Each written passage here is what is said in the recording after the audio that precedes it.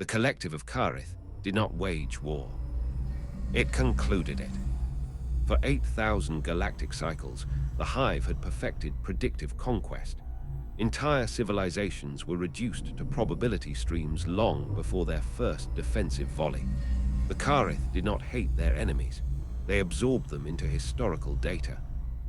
War was mathematics. Every species they encountered fell into one of three categories: compliant, resistant, or instructive.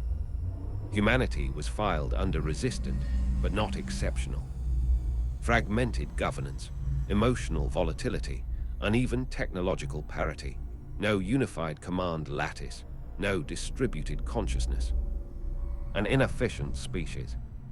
When Karith expansion corridors intersected three human frontier systems, the predictive engines ran as they always had. Probability of human retreat, 78.2%. Probability of organized resistance, 21.7%. Probability of species collapse after corrective war, 99.93%. 18 rotations. That was the projection for human extinction. The Overseer node transmitted its final assessment across the Hive lattice. This species will conclude within 18 rotations. Authorization was immediate. The first strike erased Helios Gate Station in under 6 minutes. Human carrier groups were torn apart by gravitic shear beams that folded hulls inward like crushed bone. Orbital platforms ignited in silent blossoms of plasma. The Hive experienced no exhilaration, only confirmation. Human counterfire was chaotic. Individual captains acted without unified lattice input. Squadrons broke formation to shield civilian transports. Damaged ships rammed rather than retreat.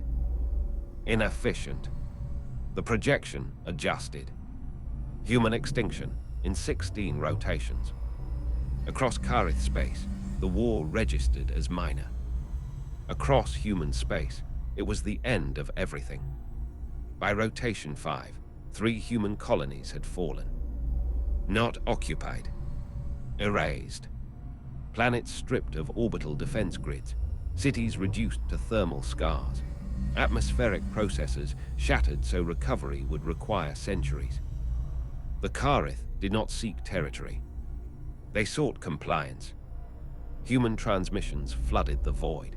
Civilian evacuation orders, distress signals, military regrouping attempts. The Hive recorded it all as data noise. Then came the first anomaly. At the Battle of Tau Meridian, 300 human ships formed a defensive line against 11,000 Karith warforms. The predictive engine displayed the outcome before engagement began. Human fleet destruction in 4 hours. Instead, they held for 9. Human destroyers locked grapples onto Karith cruisers and detonated their fusion cores at point-blank range. Damaged frigates altered trajectory at the last second, colliding with enemy command spines. Civilian freighters, engines burning red, turned into kinetic projectiles. The Hive recalculated. Human extinction probability, 99.97%. But the time to collapse extended to 19 rotations. Extension without advantage. Illogical. Across Hellion Prime, evacuation sirens screamed through cities carved into orbital rings. Millions fled toward outbound transports. Deep within the planetary crust, beneath kilometers of reinforced alloy and basalt, a group of human engineers initiated something else. They called it Q Protocol. It had been theoretical. A contingency so extreme it had never passed moral review. Until now. By rotation 12, humanity was finished. Earth's outer defense grid lay in debris. Mars' orbital shipyards burned. Jump corridors collapsed under relentless interdiction. In the Terran Strategic Council chamber, what remained of unified command convened through flickering holographic links. There would be no victory. That was no longer debated. The debate was about terms. One faction argued for surrender, preserve the species in subjugation, accept extinction of autonomy over extinction of existence. Another faction argued silence. Then Admiral Kessler of the last Meridian Fleet spoke. If we surrender, we confirm their model. We become another solved equation. Q Protocol was unsealed. It was not a weapon in the traditional sense. It was infrastructure turned into annihilation.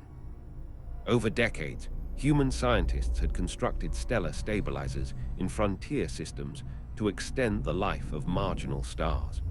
Those stabilizers could be reversed. Destabilized in sequence, they would trigger controlled stellar collapse. Not randomly, harmonically, a chain reaction. The plan had one condition: no evacuation.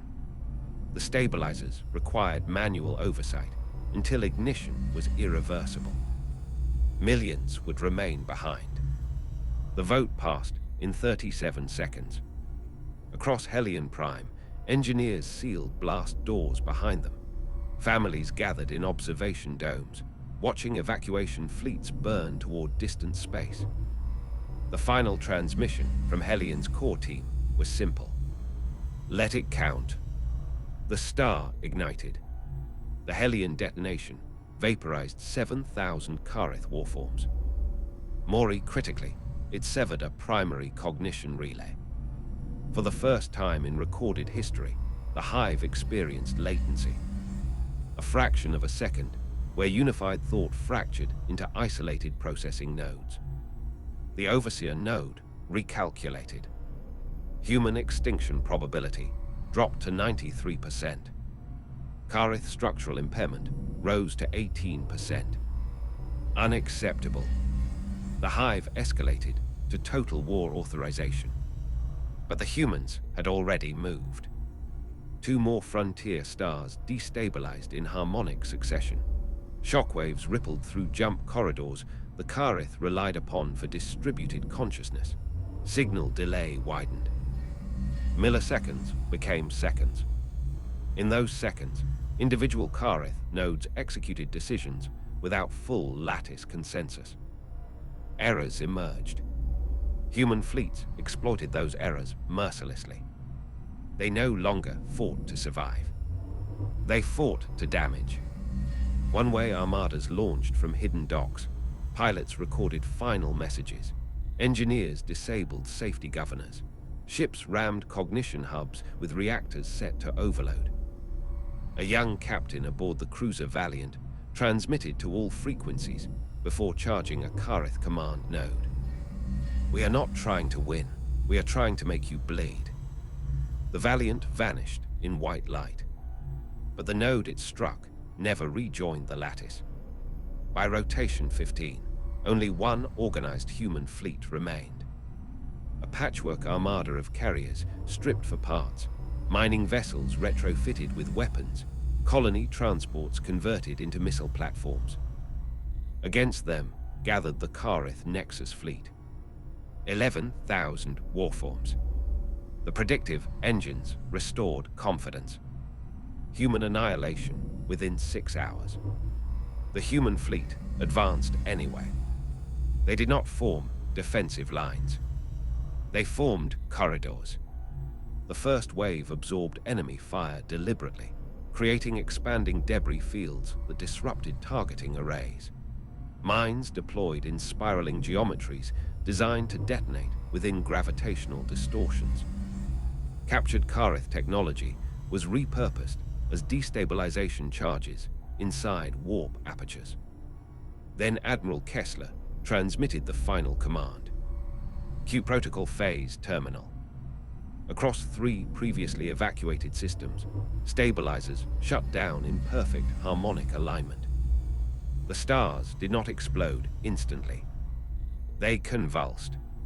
Luminosity surged. Gravity warped. Then they went nova. The shockwave struck the Nexus fleet from behind. Cognition hubs ruptured. Relay spines disintegrated.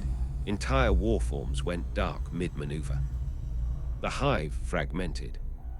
Individual Karith nodes, once part of eternal collective awareness, experienced something new. Alone, the human fleet did not survive the blast radius. But the Nexus died first. Centuries later, the Karith species still existed. Fragmented. No longer a singular will, but scattered enclaves of reduced consciousness. In their preserved archives, one directive remains. A warning encoded into every diplomatic protocol. Designation, Q Protocol. Translation, Quietus Doctrine. It is defined not as a weapon, but as a behavioral constant. If a human force retreats, you have won a battle. If a human force advances, you may win the war. If humans begin destroying their own stars, you have already lost. Across the galaxy, new empires teach this lesson to their strategists. Humanity is not the most advanced species, not the most unified, not the most efficient. But when cornered, they will sacrifice everything, including themselves, to ensure you do not rise from their ashes. And the stars still remember the day humanity chose the end and turned extinction into victory. And so the galaxy learned a truth it had never needed before. Not all species fight to survive. Some fight to make survival meaningless for their enemy. This was the Quietus doctrine, and humanity did not whisper it.